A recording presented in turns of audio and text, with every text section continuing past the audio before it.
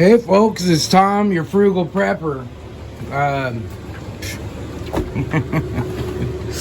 We got the 2005 Chevy Equinox. It's completely rusted out underneath. I don't think it's ever seen a car wash. It's really rarely seen an oil change, but it leaks oil so much that they have to constantly pour oil in it. I was going to do the valve cover gaskets and the front crankshaft seal, which is where most of the oil is coming from. So not a terrible job. Try to slow down the oil leak and save them some money on buying oil. But it got a coolant leak, a severe coolant leak. It's been a couple weeks. It's been going on. I mean, it's been going on for a month, but so I pressure tested the system, and it's all leaking out down here. It was just dripping like crazy. I relieved the pressure on the system now, but it's coming from the timing cover gasket. Let me turn on the light. You can't really see because it leaks out the bottom, but it's this timing cover that's buried down in here. So you gotta pull a lot of stuff out, get down to it. Now these have a this is the 3.4. It's a 2005. These have a repair sleeve that can go in the old timing cover where it corrodes away, so you don't have to replace the timing cover. I mean, I've done a timing cover on a 3.4 before when I pulled heads and stuff, but I've never done it for this particular coolant leak. But I guess it's not real uncommon on these. This has a little over 200,000 miles on it. So I guess I'm gonna start tearing it apart and see where it goes.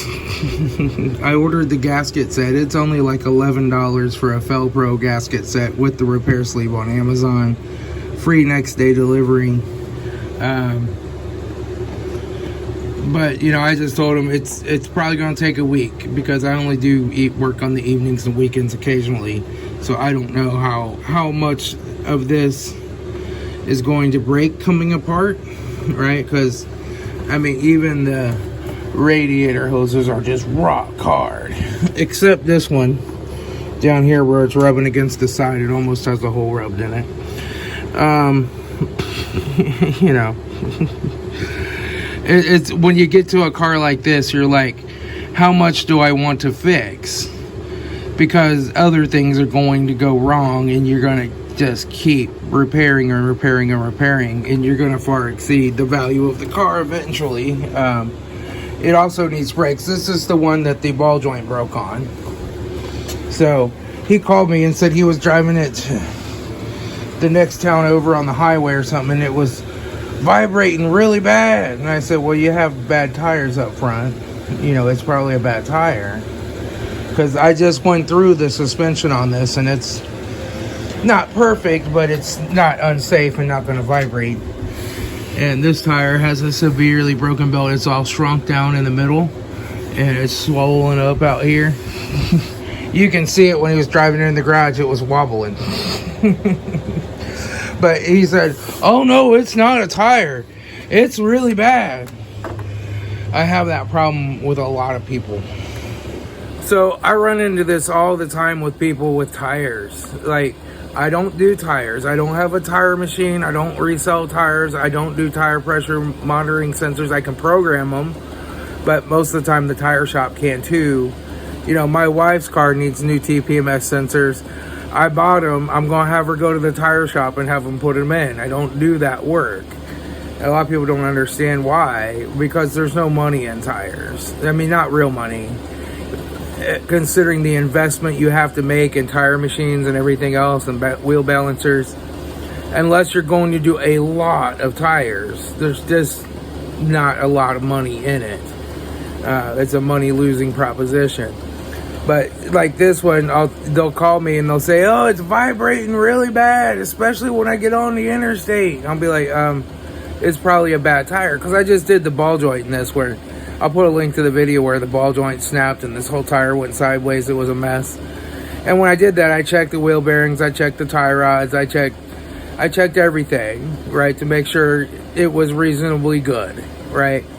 So I know it doesn't have a bad axle or something like that. I know it does need rotors and brakes, but they're not at the point where they're going to cause it to just vibrate like crazy going down the highway. So I said, you probably have a bad tire. Oh, no. It's worse. It's not a bad tire. It's really bad. No, it's a bad tire. Your tires were bad when I looked at your car. I mean, they were barely acceptable. You know, they're going bald. They're bad, you know. No, I'll bring it over. And then he says he's going to bring it over for me to look at it, for me to drive it for like 2 weeks. He doesn't show up, right? He keeps driving it. And then he brings it over, and like he's pulling it in the garage. And I can tell the tire's like... and it's got a big bulge in it, and it's real skinny in the middle, and it has a nail in it too. I see that now. So I'm going to send them back to the tire shop for the tire to fix the vibration. Now this car has other problems that I need to fix too, but so many times customers are just sure it's not a bad tire and there's something major wrong, and you tell them, like, take it to the tire shop and have them take a look at it. They don't charge you to just pull it in and take a look at your tires. Only if they replace a tire do they charge you. You know, this tire shop anyway. And yet they won't go. And then I look at the car and I'm like, yeah, you have a bad tire. They're like, it's a bad tire, huh? And they almost have this attitude like, we'll just see about that. We'll go to the tire shop. And they go to the tire shop and they're like, yeah, that tire's bad. We can sell you a used one or a new one or whatever. They put another tire on it, and they're like, wow, the vibration went away. You were right. And it's like, why would you think I'm not right? I mean, I can be wrong, but really, it's crazy. But anyway, we're going to see if we can get to work on this and get it fixed. And I'll bring you guys along. All right, so the first thing we're going to do is get this air box out of the way. There we go. I'll have to take that loose too, but let's go ahead and just pull this off first. I'm sure it has a really bad air filter in it. It's probably never ever been changed.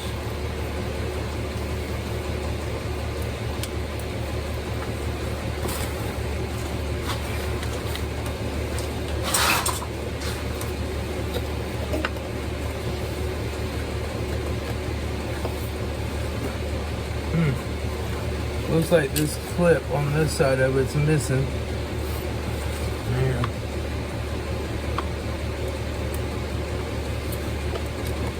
Man. Let me get some WD. WD and a pair of pliers. Just try to get this to come loose without breaking it.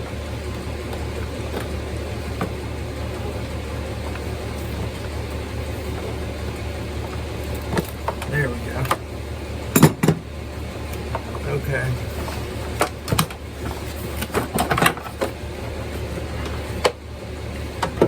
Yeah, that's a pretty bad air filter.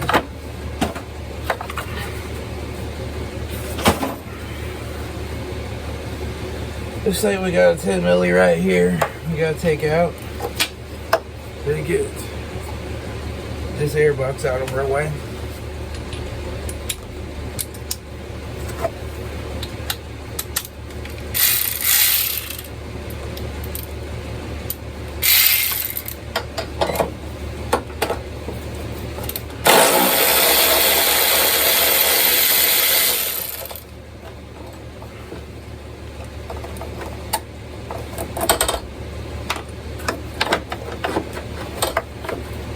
I think it pops out of here. Yep. a lot more room. Alright, it looks like this motor mount's going to have to come out. So we're going to have to get a jack under the engine to support it. And pull the motor mount off, pull the serpentine belt off. Just get busy with it. I don't know that the alternator actually has to come off. We'll see. I don't know. It looks like the water pump just runs right around there. So maybe this belt tensioner back here and alternator don't have to come out. We'll see. Alright, I'll go ahead and pull that motor mount. I got my jack under there supporting the engine.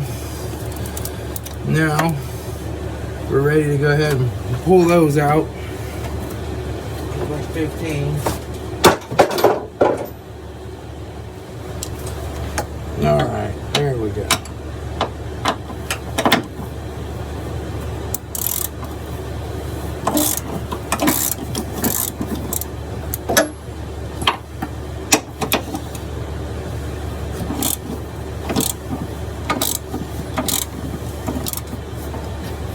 Okay, now let me get to 15. And take these 3 bolts loose.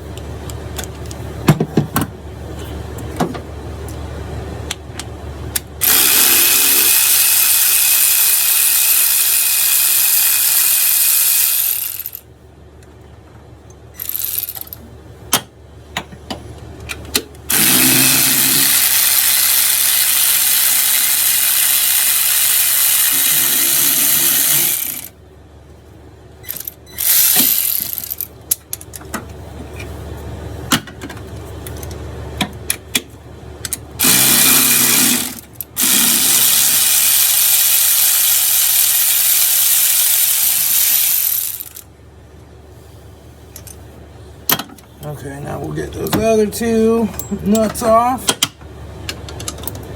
Get these nuts off.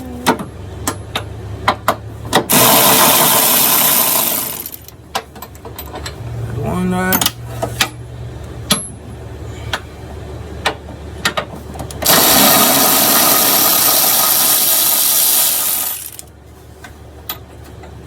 There's 2. Alright, now that motor mount should be ready to come out of there. Yay! It's out. So GM in all their wisdom decides to put a 3/8 drive square hole right down in the bottom of that bracket, right in between the firewall, so you can't get a ratchet in there. So we'll have to get a serpentine belt removal tool. Let me go get it. Well, my serpentine belt removal tool won't fit because it only goes up clear like back here and won't give me enough, or it won't fit before it hits the firewall over here because of the way that's slanted. So we're just gonna take this belt off the old-fashioned way. Maybe.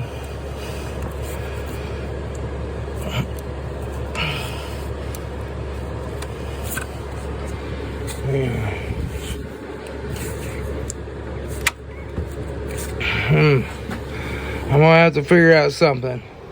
Alright, I finally got it off there. How we're gonna put it back on, I don't know. We'll figure that out when we get to it. We'll work something out. The belt's pretty bad too. It needs a new belt. It's pretty cracked up. It's gonna go one of these days. So it looks like I first gotta take these bolts out. A couple 13s there. I don't know if that has to come off or not. We'll probably go ahead and just pull it off and get it out of our way.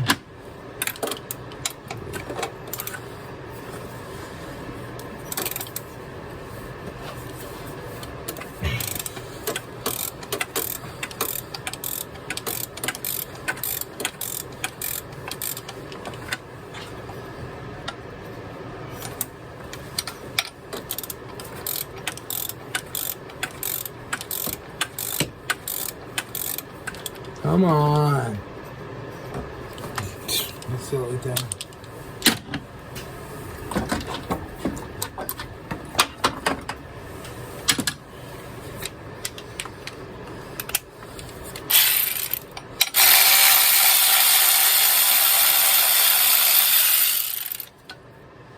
We'll get that out of our way so we can see what we're doing. It looks like this has come out.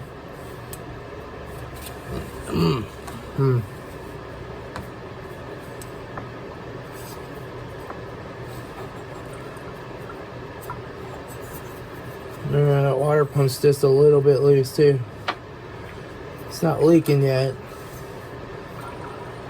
It's a little loosey-goosey and it's making some noise.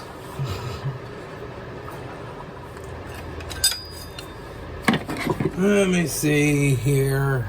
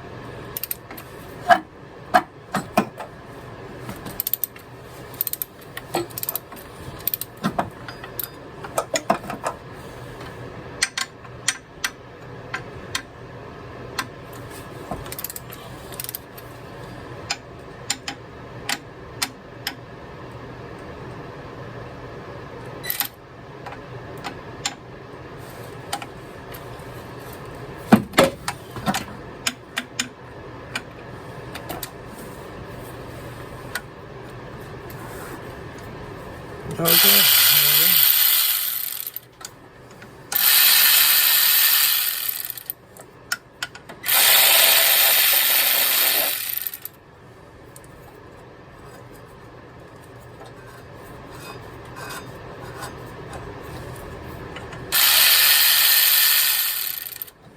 There we go. All right, we got water fully off. Let me just look and make sure that thing is not leaking. It's not. It's not leaking, and it's all gooped up with silicone, so it's been replaced. You can tell it's a newer one.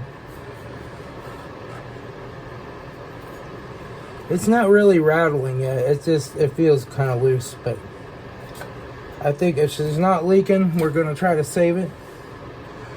I do believe we got to pull this water pump out to unbolt the cover. We'll see. Alright, let's get these bolts out. That one wasn't even tight.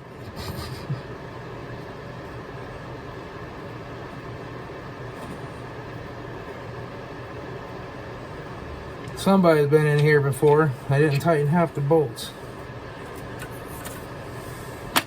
That might go through the water jacket.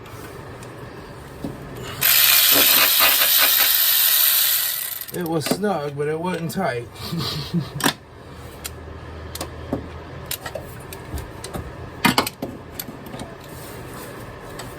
Again, snug, but not tight.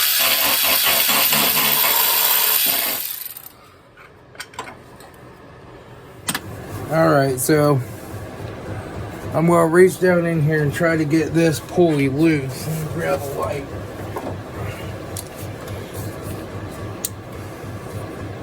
Let me tighten this up a bit.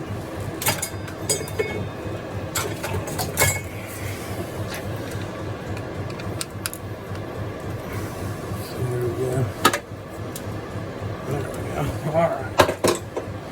Oh, I went out to my rendezvous and I got my 15mm ratcheting. I have an extra one out there. And I had a dead battery in the rendezvous, so I had to get the snow off of it to get the hood open and stretch an extension cord, hook up a battery charger, you know, all the typical stuff. I need to get out there and start it up once in a while. Let me try to get it on here. There we go.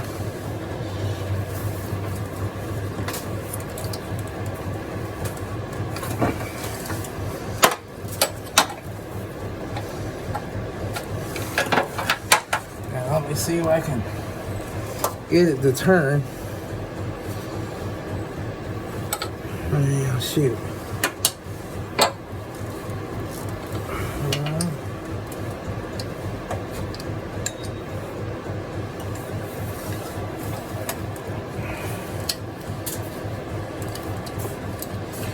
Just have to hold it with my finger and turn it back. Get rid of some leaves.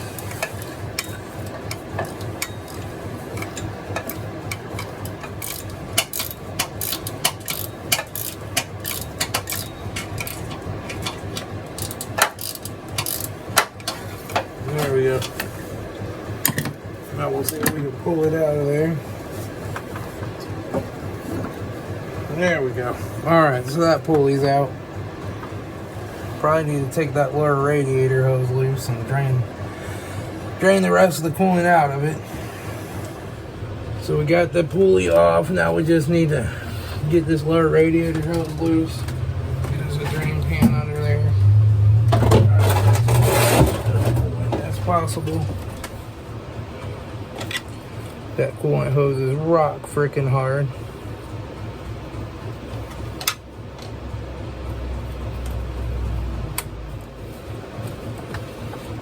Come on, baby.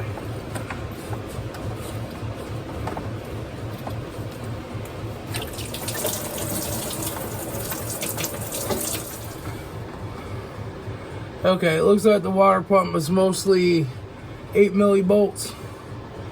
We'll go ahead and pull that out next.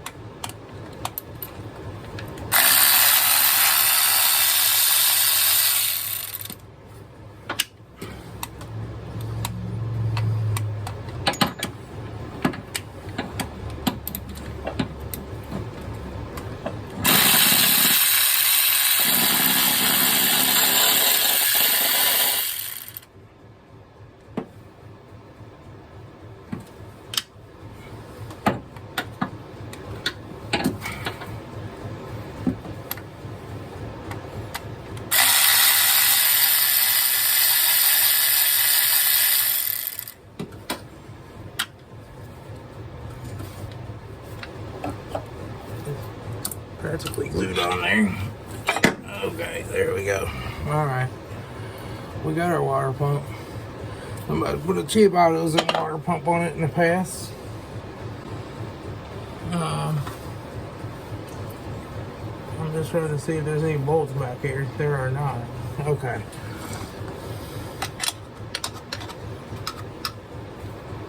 But I bet you those bolts go all the way through. Maybe.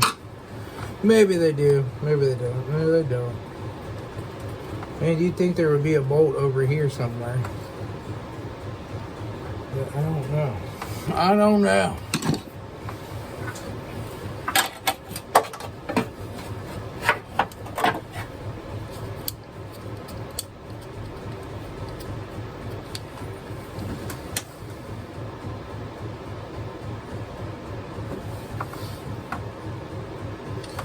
This is starting to leak a little bit down there too, where this little thingy bob goes in. A lot of times these rust in so bad that you can't get them out. I don't know if that will have to come out for what we're doing or not. We'll see. We might just take the hoses loose from it. Not try to pull this steel housing up out of there, because a lot of times those corrode in pretty good. It looks like it's 13s from here. Now, no. Well, a bolt fell down in my coolant pan. I don't know what bolt, but loose. Loose, loose, loose. This is all loose. No wonder it's a gasket failure. Somebody's been in here before. They did not tighten those bolts appropriately. They tightened them loose, loose, loose.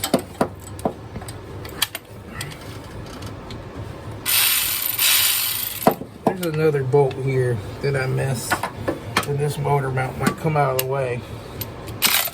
Ah, that one's tight.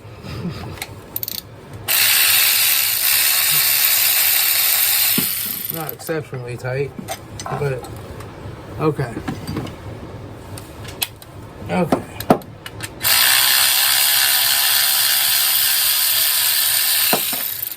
Not very tight.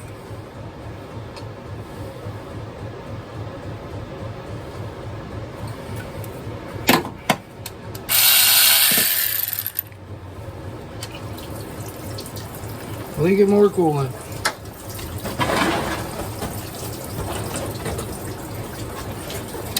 Yeah, I unplugged my light. We'll get that one.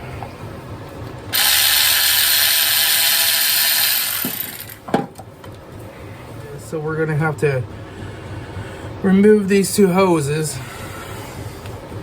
because I do not want to take that steel piece out because it will be rusted in there, I'm sure.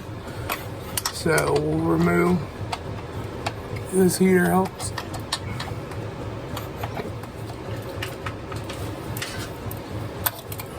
Down here.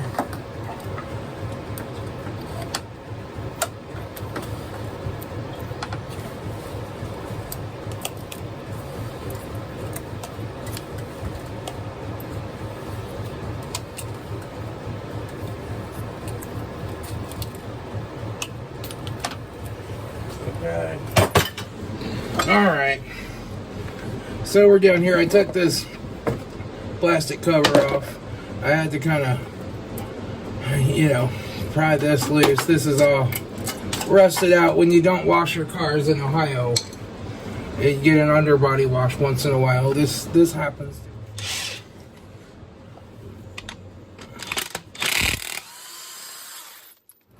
All right, so I got my A-Res harmonic balancer puller. We'll go ahead and tighten this up. Let's see if we can get it to pull this harmonic balancer. There she comes.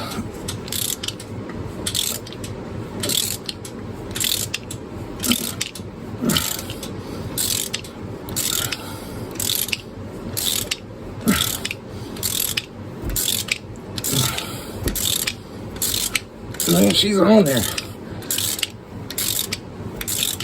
She would not all come out. Okay, so there is one more bolt. I felt it somewhere. There was one more bolt down in here, darn it. I just felt it. Oh, right under there.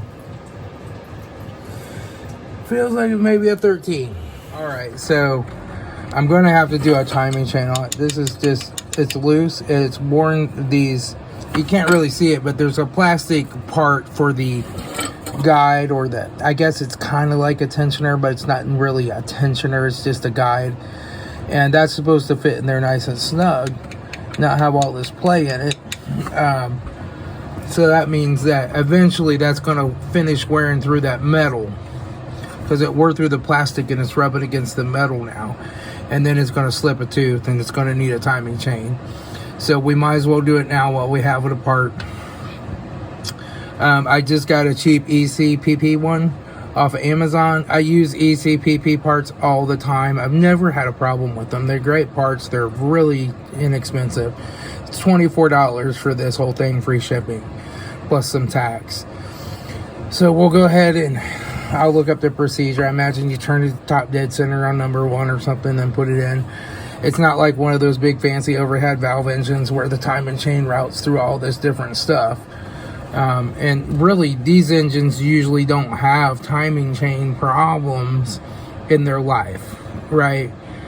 Unless you don't change the oil. You know, if you don't change the oil, it's going to wear out. Now, the camshaft, the piston rings, everything's probably worn out really good in this, the bearings. But I'm not going to worry about all that. I'm just going to put a cheap timing chain kit in it while I have it apart. Then we'll clean all this up. We'll put this gasket back on, and then we'll replace the valve cover gaskets. We'll do an oil change on it, put some coolant in it, and see if it all works.